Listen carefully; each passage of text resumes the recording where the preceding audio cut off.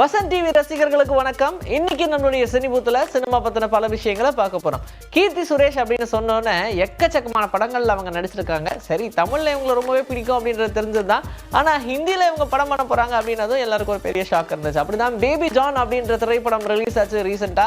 ஆனா தியேட்டர்ஸ் எல்லாத்துலயுமே ரசிகர்கள் இந்த திரைப்படத்தை ரொம்ப பெரிய அளவில் வரவேற்றாலும் ஒரு சில கலவையான விமர்சனங்கள் மட்டுமே தான் இந்த படத்துக்கு வந்துட்டு இருக்கு அப்படின்னு சொல்லலாம். தெரியோடைய அபிஷியல் ரீமேக்கான இந்த திரைப்படத்துல சமந்தா கதாபாத்திரத்துல கீர்த்தி சுரேஷ் நடிச்சிருந்தாங்க.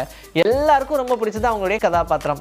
இப்படி இருக்கும்போது ரீசெண்டா அவங்களுக்கு ஆண்டனி அப்படின்ற ஒருத்தவங்களோட கல்யாணம் ஆச்சு அப்படின்றது நமக்கு தெரிஞ்சதுதான். இப்போ ஃபுல் அண்ட் ஃபுல் அவங்க திருமண வாழ்க்கையில இருக்காங்க.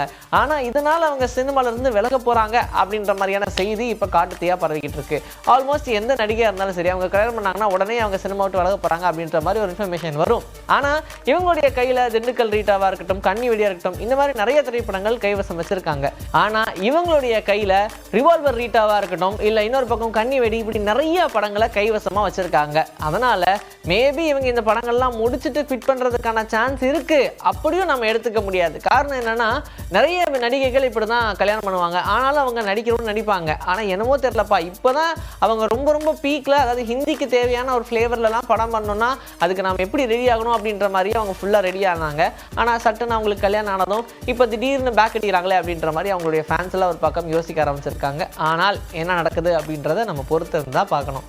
அமரன் படத்துல நடிச்ச சாய் பல்லவியை எல்லாரும் இப்போ கொண்டாடிக்கிட்டு இருக்காங்க. அதே சமயம் இன்னொரு விஷயமும் வைரல் ஆகிட்டு இருக்கு. என்னன்னா, அனுராகவுடைய இயக்கத்துல 2018ல ரிலீஸ் ஆன திரைப்படம் தான் பாடி பாடி லேசே மனசு அப்படின்ற படம். அந்த படம் எப்பவுமே எந்த ஒரு எக்ஸ்பெக்டேஷன் வச்சாலும் படம் ஓடாது அப்படின்னு சொல்லுவாங்களா, அதே மாதிரி தான் இந்த படமும் பெரிய எக்ஸ்பெக்டேஷன் இருந்துச்சு. ஆனா படம் சரியா போகவே இல்லை.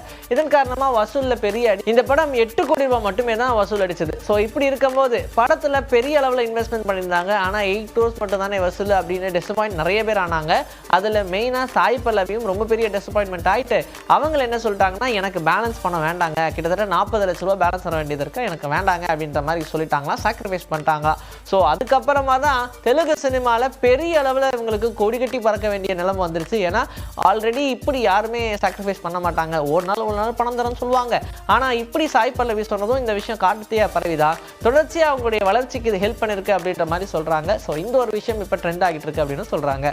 சூப்பர் ஸ்டார் ரஜினிகாந்தோடைய நடிப்புல லோகேஷ் கனகராஜோடைய இயக்கத்துல உருவாக்கி இருக்கக்கூடிய திரைப்படம் தான் கூலி. இந்த படமும் வேகமா வேலைகள்லாம் நடந்துகிட்டு இருக்கு.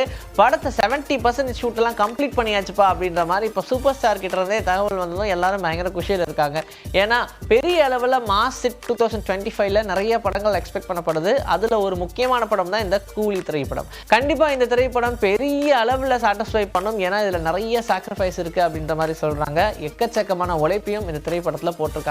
அண்ட் இதுல நமக்கு தெரிஞ்ச மாதிரியே நிறைய நடிகர்கள்லாம் இருக்கிறதுனால இது ஒரு பேன் இந்தியா படமா பெரிய அளவில் ப்ரமோஷன் பண்ணும் அப்படின்ற மாதிரியும் எக்ஸ்பெக்ட் பண்ணிட்டு இருக்காங்க. அண்ட் யார் அந்த கேமியோ பண்ண போறாங்க அப்படின்ற மாதிரி இன்னுமே கியூரியஸா இருக்காங்க அப்படின்னே சொல்லலாம்.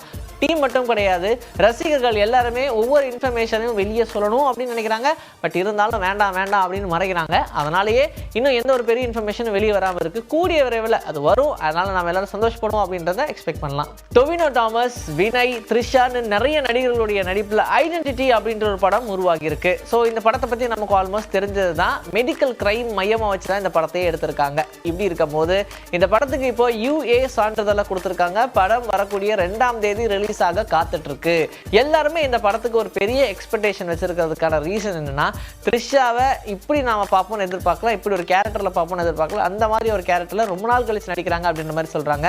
அண்ட் டொவினோ தாமஸை பத்தி நமக்கு தெரியும், இதுல டுவல் கதாபாத்திரத்துல நடிக்கிறதா சொல்றாங்க. ஆனா அது எந்த அளவுக்கு உண்மைன்னு தெரியல. மேபி இவங்களே வில்லனா இருக்கலாம். இன்வெஸ்டிகேஷன் ஆஃபீஸர் தானே, போலீஸ் ஆஃபீஸர் தானே வினய் நடிக்கிறாங்க. ஸோ வில்லனா கூட இவங்களே இருந்தாலும் ஆச்சரியப்படுறதுக்கு இல்லை. இப்படி மல்டி பர்சனாலிட்டியா இருக்காருப்பா அப்படின்னு இந்த படம் பார்க்கும்போது நமக்கே தோணுன்ற மாதிரி சொல்றாங்க. ஏன்னா இதுல ஒரு ஸ்கெட்ச் ஆர்டிஸ்ட் தான் நடிச்சிருக்காங்க அப்படின்னு சொல்றாங்க. ஸோ இப்படிலாம் நிறைய இருக்கும்போது இந்த படத்துக்கு UA சான்றிதழ் கொடுத்ததுக்கான ரீசன் என்னவா இருக்கும் அப்படின்ற மாதிரி எதிர்பார்க்குறாங்க. ஸோ ஆல்மோஸ்ட் குழந்தைங்களை விட்டு அடுத்த படிக்கு போயிட்டாலே UA தானே கொடுப்பாங்க. அதனால ஜென்ரலான ஒரு விஷயம் தான். ஸோ இந்த படம் எல்லாருமே போய் பார்க்கலாம் அப்படின்ற மாதிரி சொல்லியிருக்காங்க. ஸோ செகண்டுக்காக எல்லாருமே ஈகராக வெயிட் பண்ணிட்டு இருக்காங்க. இன்னைக்கு நம்முடைய சினிபூத்துல சினிமா பத்தின பல விஷயங்களை பார்த்தாச்சு. இதே மாதிரி அடுத்த எபிசோட்ல உங்களை நான் வந்து சந்திக்கிறேன். Until then, this is bye from Vijay Sri. Take care.